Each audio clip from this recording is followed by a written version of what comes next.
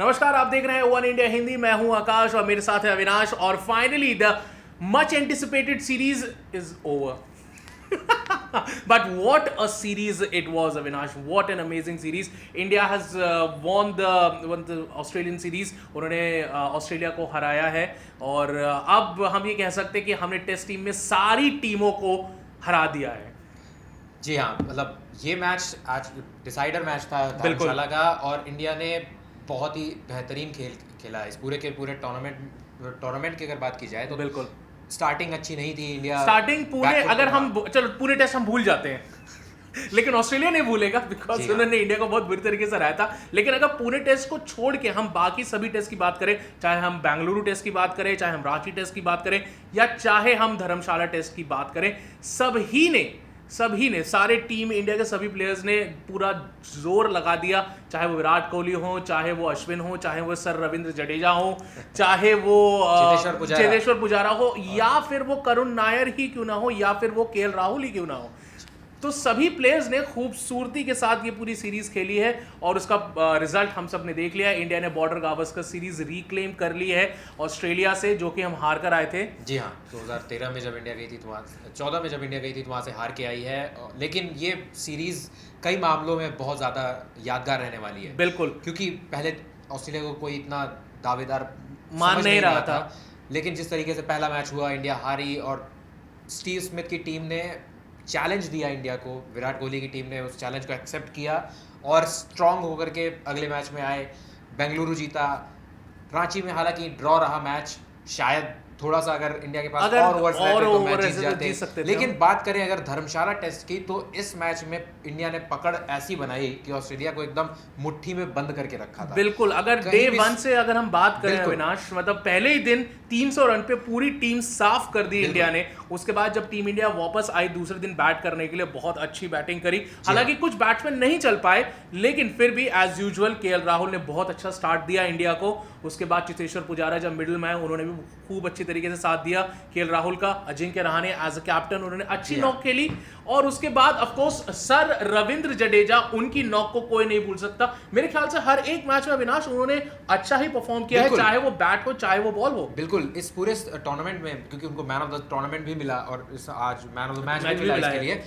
इसका कारण यही था कि उन्होंने 25 विकेट लिए हैं और करीब तकरीबन 127-28 रन बनाए हैं इस टेस्ट सीरीज। उसके साथ साथ दो उन्होंने 50s मारी हैं।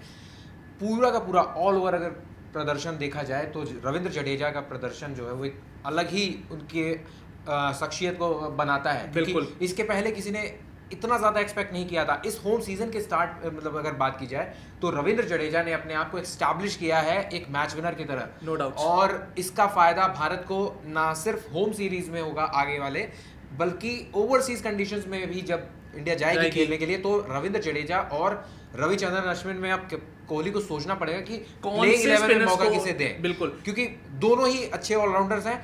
Ravindra Jadeja left arm spinner है, क्योंकि इस वजह से उनको एक एडवांटेज मिलता है, परेशान करते हैं लेफ्ट आर्म बैट्समैन को भी, और थोड़ा सा मिस्ट्री है उनकी। बिल्कुल, लाइन एंड लेंथ उनकी हमेशा ही सधी रहती है, परेशान करते हैं बैट्समैन को वो।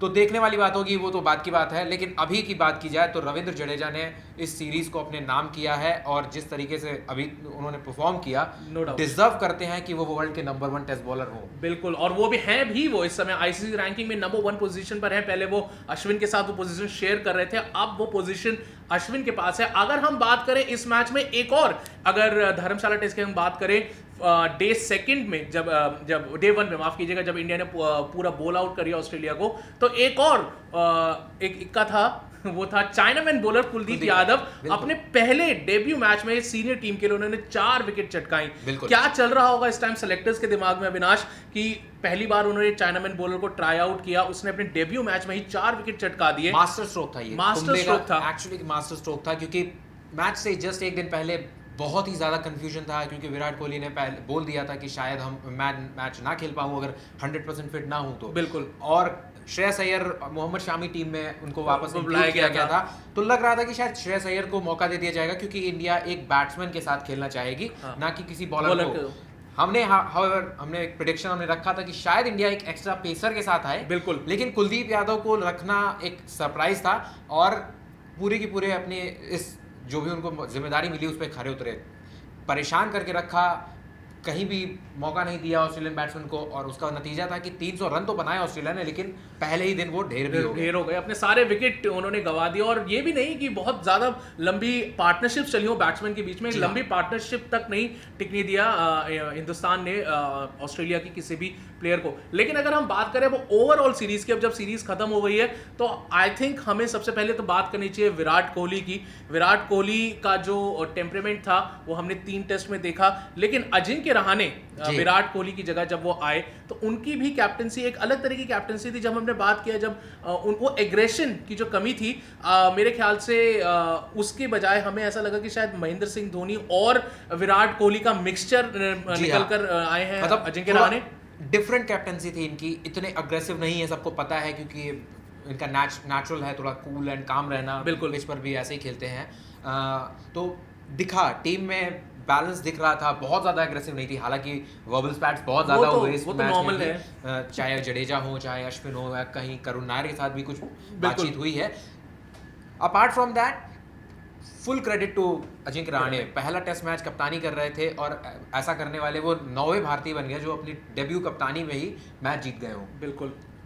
और 5वें ऐसे मुंबई के क्रिकेटर हैं वो बने हैं जो अपना डेब्यू मैच जो है एज अ कैप्टन वो जीत गए हो, तो फुल क्रेडिट टू हिम।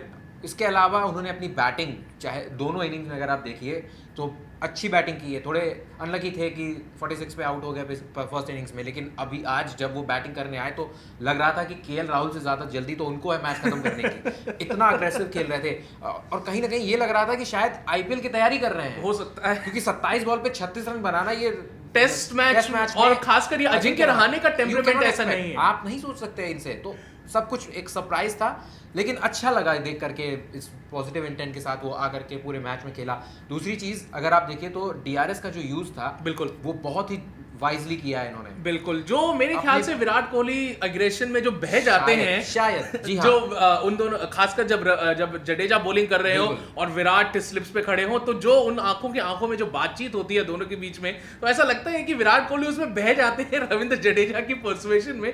लेकिन अजिंक्य रहाणे में वो थोड़ा ठहराव लगा कि वो थोड़ा सोच के, थोड़ा एनालाइज करके, रिद्धिमान साहा से भी पूछ के, जी हाँ, तब थोड़ा रियलाइज करते हैं कि अगर डीआरएस लेना चाहिए तो ले, नहीं तो फिर वो छोड़ कहते हैं कि नहीं चलो कोई नहीं, डीआरएस नहीं लेते हैं। जी हाँ, तो ये अच्छा लगा देख करके। और अगर कोई कप्तान अपनी पहले मैच में इस तरीके की मैच्योरिटी शो करता है तो इंडिया को अच्छा फील करना चाहिए, क्योंकि अगर आगे चल के भगवान करेगा अगर कोहली किसी क्रूशियल स्टेज पे इंजर्ड होते हैं और स्टैंड इन कैप्टन रहाणे वापस से बनते हैं, बिल्कुल, तो शायद इतनी ज़्यादा कंफ्यूजन या इतने ज़्यादा डाउट्स नहीं होंगे टीम मैनेजमेंट में के माइंड्स में कि किसे कप्तानी दी जाए। बिल्कुल, डेप्यूटी ये है विराट कोहली के, और इस मैच में उन्होंने प्रूव किया है कि ये डेप्यूटी आगे अगर बात आती है कैप्टनसी की तो he can lead the side, no doubt. अच्छी बात है ये टीम इंडिया के लिए। लेकिन जैसे ही रोहित शर्मा की वापसी होगी टीम में तो फिर केएल राहुल के लिए शायद खतरे की घंटियां बज जाएंगी। और एंड में विराट कोहली, जिनका नाम मैंने पहले लिया था लेकिन हम फिर अजिंक्य रहाणे की तरफ मुड़ गए थे डिबेट हो जाते हैं कभी कभी,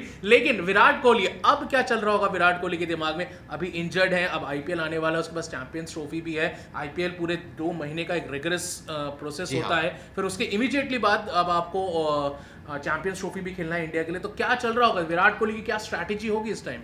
देखिए, स्ट्रैटेजी ज़्यादातर कोहली की सेम ही रहती है। उनको पता है कि डोमिनेट करके खेलना है, अग्रेसिव रहना है, तो वैसा ही रहेगा। लेकिन पहले तो भी देखना होगा कि वो कितने मैचेस के लिए आईपीएल में दूर रहते हैं क्रिकेट से, क्योंकि अभी न्यूज़ आ गई है कि इनिशियल 2-3 मैचेस वो नहीं खेलेंगे रॉयल चैलेंजर्स बैंगलोर के लिए। बिल्कुल, तो देखना होगा। और आईपीएल के तुरंत बाद ही चैंपियंस ट्रॉफी है, लेकिन वो 50 ओवर फॉर्मेट है, ये 2020 फॉर्मेट है, अंतर आएगा। लेकिन मुझे नहीं लगता ज़्यादा माइंडसेट में या इनकी स्ट्रैटेजीज में कोई चेंजेस आएंगे। कोहली अपने स्किल्स पे ज़्यादा ध्यान देते हैं, फिटनेस पे ज़्यादा ध्यान देते हैं, तो शायद वही है जो उनको इतना बड़ा खिलाड़ी अब तक बना रखा है। तो फिटनेस ही है उनके लिए मंत्रा, उस पर अगर ध्यान देते रहेंगे तो कोई दिक्कत नहीं आने। क्योंकि मैंने एक बात आज नोट करी, जब वो प्रेजेंटेशन के लिए आ रहे थे तो उनका जो कंधा जो इंजर्ड था वो ज्यादा मूव नहीं कर रहा था। जी हाँ, इट वाज वेरी स्टिफ। शायद वो प्रिकॉशंस ले रहे हैं, अभी ज़्यादा मूवमेंट नहीं शो कर रहे हैं, उसको और ज़्यादा रेस्ट दे रहे हैं ताकि आगे आने वाले मैचेस के लिए वो फिट हो जाए। तो देखते हैं कितना टाइम लगता है कोहली को फिट होने में। तो लेट्स होप कि Virat Kohli will be back और जो बैंगलोर की टीम है उसको अपना धाकड़ जो ओपनर है वो मिल जाए क्रिस गेल के साथ। और congratulations to team India on winning the Australia series. अब आप बोल सकते हैं कि आपने दुनिया की सभी टीमों को नेस्त नाबूद कर दिया है जहां तक टेस्ट मैच की बात है। वेल इस ओवरऑल सीरीज ओवरव्यू में सिर्फ इतना ही, और अगर आपको और डिटेल्स जाननी है तो oneindiahindi.com पे जाकर आप और डिटेल्स ले सकते हैं। और of course don't forget to subscribe one India Hindi YouTube channel. Thanks for watching.